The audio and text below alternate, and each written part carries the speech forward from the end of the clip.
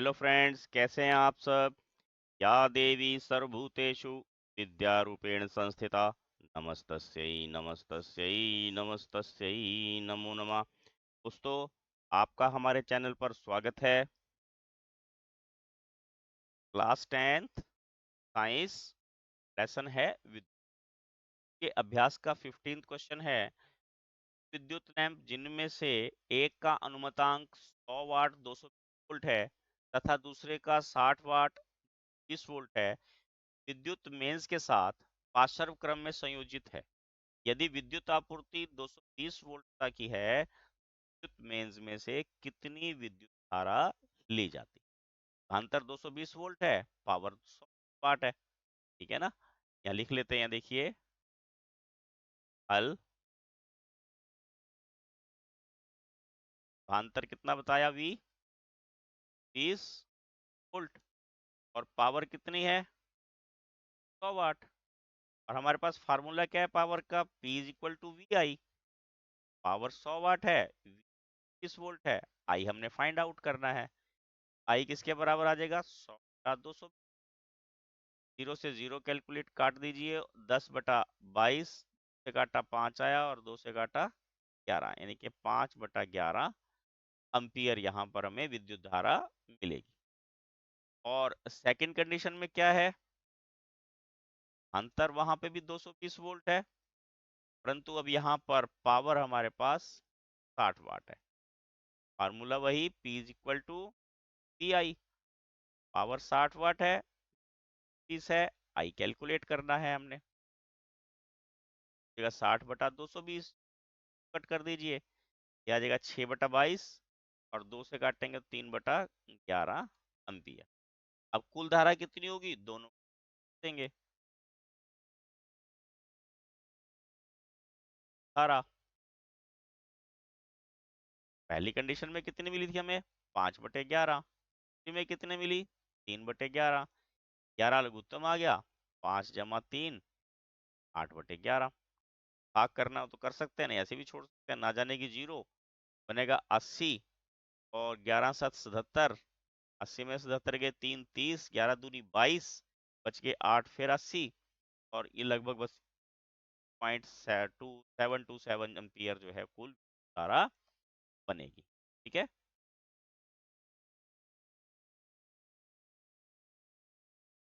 Next प्रश्न देखिए, किसमें विद्युत अधिक विद्युत ऊर्जा उपयुक्त होगी।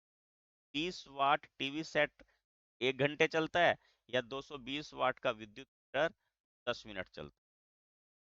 ये 120 की जब 1200 है, ये विद्युत मीटर 120 का नहीं 1200 वाट का होगा। ठीक है। अब पहली कंडीशन में देखिए क्या है,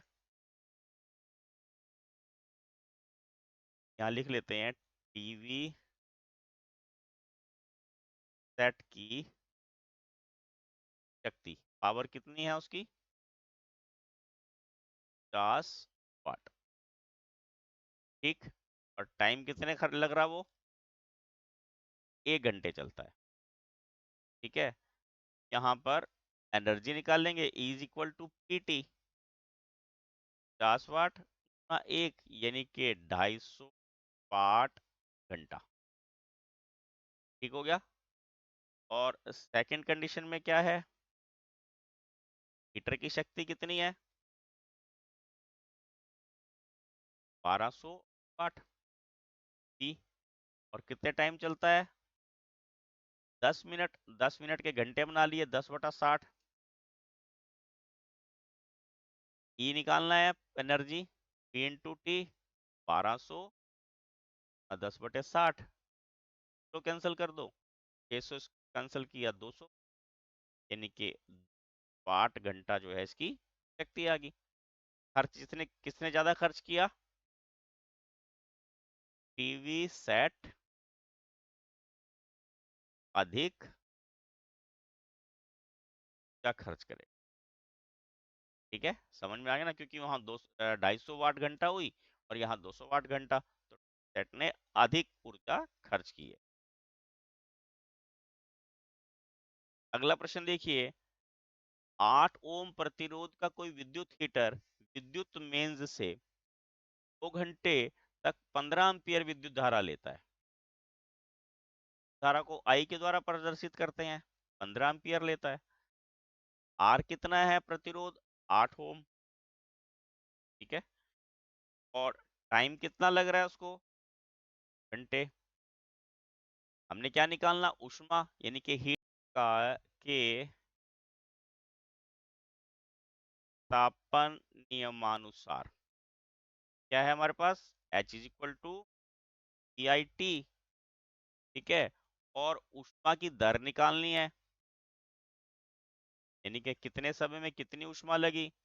का फार्मूला क्या हो गया, H/T, यानी कि VI into T upon T, T से टी कट गया, ये क्या आ जाएगा हमारे पास, VI। क्या आ गया हमारे पास, VI। अब विभवांतर तो हमारे पास नहीं है, ठीक है ना, विभवांतर नहीं है तो हम क्या करेंगे, VI का फार्मूला देखिए, दोबारा लिखता हूँ नीचे, V is equal to IR। यहाँ पर हम क्या करेंगे, V को जो है IR से शिफ्ट कर देते हैं, ये क्या आ जाएगा मेरे पास, I²R। ये मैंने आपको ये मल्टीपल चॉइस क्वेश्चन थे स्टार्टिंग में भी बताया था। आइए मेरे पास 15 है, 15 का स्क्वायर इंटू 8 कितना आ गया, 15 का स्क्वायर 225, 8 8 पंजे 40, 0 4, 8 दूनी 16 और 4 20, 9 और 18, 1800 वाट मेरे पास उसकी हीटर की जो है वो शक्ति की उत्पन्न करेगा, यानी कि 1800 वाट।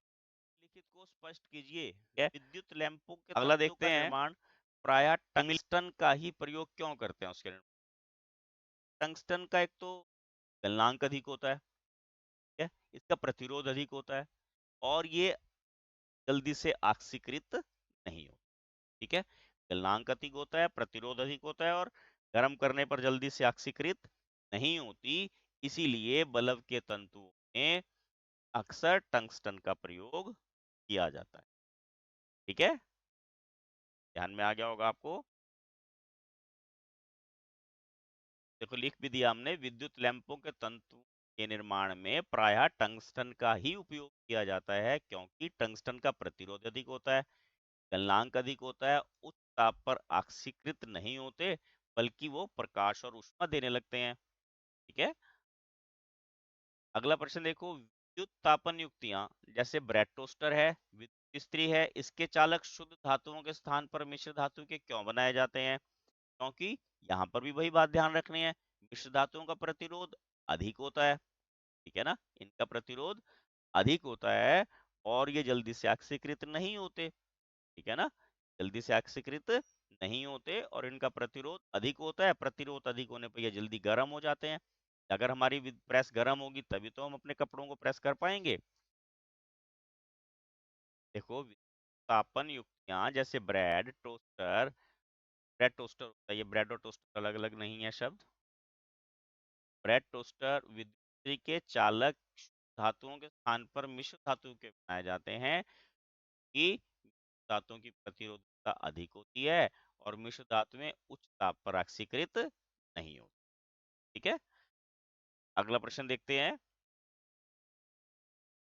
विद्युत परिपथ में श्रेणीक्रम संयोजन उपयोग किया जाता है। जो घरेलू विद्युत परिपथ होता है उसमें श्रेणीक्रम क्यों नहीं करते, अगर श्रेणीक्रम यूज करेंगे तो ज्यादा खर्च होगी, श्रेणीक्रम यूज करेंगे तो वो अति भारण है उसका खतरा बना रहेगा, ठीक है ना, श्रेणीक्रम यूज करने से जो है उसका प्रतिरोध बढ़ जाता है, और जो बिजली की पावर है जो वो कम हो जाएगी, विद्युत धारा कम मिलेगी, ठीक है ना, और सभी उपकरणों को इंडिपेंडेंटली ऑन या ऑफ नहीं कर सकते, सभी उपकरणों को सततपूर्वक ऑन या ऑफ नहीं किया जा सकता। ठीक है, अगर हम मान लो सारे पंखा बल्ब सब एक स्विच से कर दें, अगर एक उपकरण खराब हो जाएगा बाकी भी नहीं काम करेंगे फिर, ठीक है ना, पावर भी ज्यादा लगेगी, इसलिए हम घरों में पार्श्व क्रम में संयोजित करते हैं, श्रेणी क्रम में नहीं। देखो घरेलू विद्युत परिपथ में श्रेणी क्रम व्यवस्था नहीं की जा सकती, क्योंकि इससे प्रत्येक उपकरण को स्वतंत्र रूप से प्रयोग नहीं किया जा सकता। श्रेणीक्रम संयोजन से विद्युत परिपथ में प्रतिरोध बढ़ेगा, जिससे ऊर्जा की खपत अधिक होगी। श्रेणीक्रम संयोजन से अतिभारण का खतरा अधिक होता है। ठीक है, अगला प्रश्न देखिए, किसी विद्युत तार का प्रतिरोध उसकी अनुप्रस्थ काट में परिवर्तन के साथ किस प्रकार परिवर्तित होगा? आपको क्या बताया था हमने, किन किन कारकों पर निर्भर करता है प्रतिरोध? अनुप्रस्थ काट के क्षेत्रफल पर। अगर अनुप्रस्थ काट का क्षेत्रफल बढ़ेगा, घटेगा, अनुप्रस्थ काट का क्षेत्रफल घटेगा तो प्रतिरोध बढ़ेगा। ये व्युत्क्रमानुपाती होते हैं। यानी कि तार की मोटाई बढ़ेगी तो प्रतिरोध कम होगा, और अगर तार की मोटाई घटेगी तो प्रतिरोध अधिक होगा। है, किसी चालक का प्रतिरोध अनुप्रस्थ काट के क्षेत्रफल के व्युत्क्रमानुपाती होता है। R is inversely proportional to area of cross section। तार की मोटाई बढ़ाने पर प्रतिरोध घटेगा, और तार की मोटाई घटाने पर, ये मोटाई है, प्रतिरोध बढ़ेगा। ठीक है। अगला प्रश्न देखिए, विद्युत चारण के लिए प्रायः कॉपर और एल्युमिनियम की तारों का प्रयोग ही क्यों किया जाता है? एक सिंपल सी बात आपने क्या ध्यान रखनी है, कॉपर और एल्युमिनियम शुद्ध धातुएं हैं। इनका प्रतिरोध, इनकी प्रतिरोधकता कम होती है। अगर प्रतिरोधकता कम होगी, जैसे आसानी से प्रवाहित हो सकती है। ठीक है ना, इसीलिए इनका उपयोग तारों के रूप में किया जाता है। देखिए, विद्युत संचारण है ये।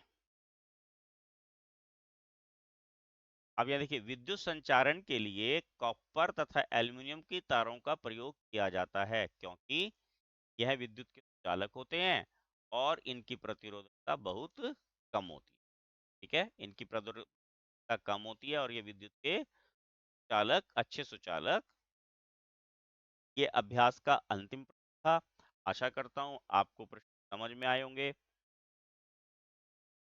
Please like, share and subscribe my channel. Thank you. Have a nice day.